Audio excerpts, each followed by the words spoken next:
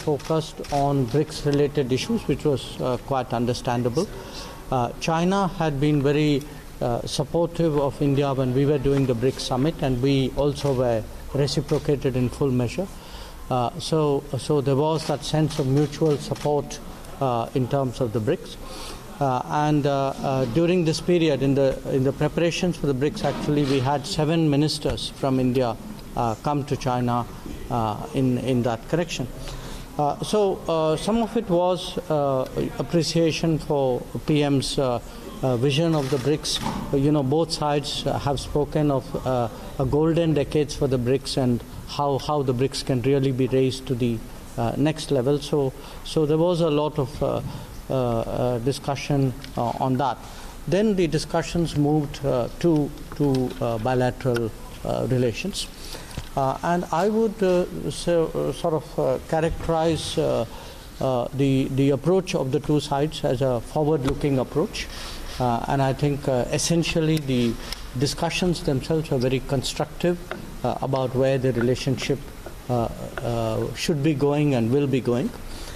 Now, there was, I think, sort of a reminder that at Astana in early June, we had both agreed that we would not let differences become disputes, and that at a time when the world was changing, we would make sure that India-China relations were a factor of stability. So I think in many ways that was reaffirmed. I think, again, one of the important points which was made during the meeting was that peace and tranquility in the border areas was a prerequisite for the further development of our relationship, and that there should be more effort made to really enhance and strengthen the level of mutual trust between the two sides. There would be, it is natural that between neighbors and large powers that there would be areas of difference. But where there is an area of difference, it should be handled with mutual respect, and efforts should be made to find common ground in addressing those areas.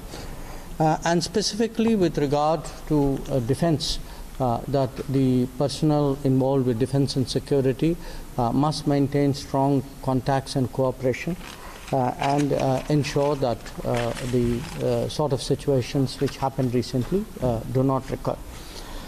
The President and the Prime Minister again laid out a very positive view of where our relationship could go, and there was some detailed discussion about the mechanisms which could help us, could help both countries really go forward in that direction. Both intergovernmental mechanisms like we have a joint economic group, we have a defense and security group, we have a strategic group, as well as institutions like BRICS itself, like AIIB, that these are mechanisms and forums which can be used to build the relationship.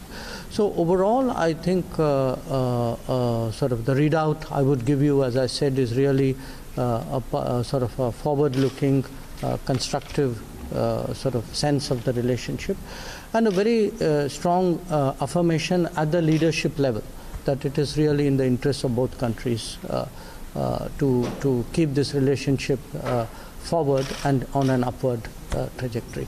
So that's the broad, that's the readout that I would like to give you. I can take a few questions, but you'll have to bear with me. We have a flight to catch. Sir, can we say that we have moved ahead? Just hold on.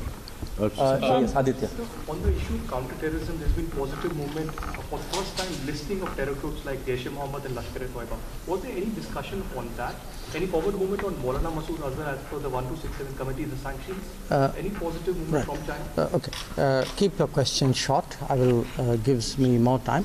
I think the counter-terrorism issues were largely taken up in the discussions leading to the BRICS. They were not addressed in today's meeting. And the broad sense of those discussions really was that, most countries feel very similarly about the challenges posed by terrorism. So this was not just an India position. It was a common position, and many other countries had actually equally strong views on this. So the listing that you see and the statements and commitments which are there in the BRICS statement, these are common commitments of all BRICS members. In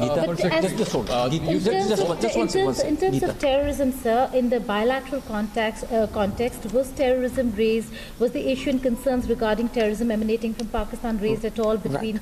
In today's bilateral between Prime Minister and President Xi, this specific issue did not come up.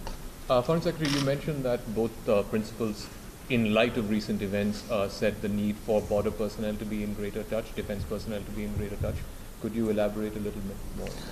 Well, I think what I would like to do really is to give you a sense of the direction, the nature of discussions and the direction of ties. I don't think it would be right for me to characterize specific positions, but I would say, there was on both sides there was a sense that more efforts need to be made to ensure that these kinds of situations don't recur. Okay, sir, can we say that we have moved ahead from Doklam without mentioning the D word? I repeat to you that it was a forward-looking meeting. I think there was a sense that if the relationship is to go forward, then peace and tranquility on the border area should be maintained.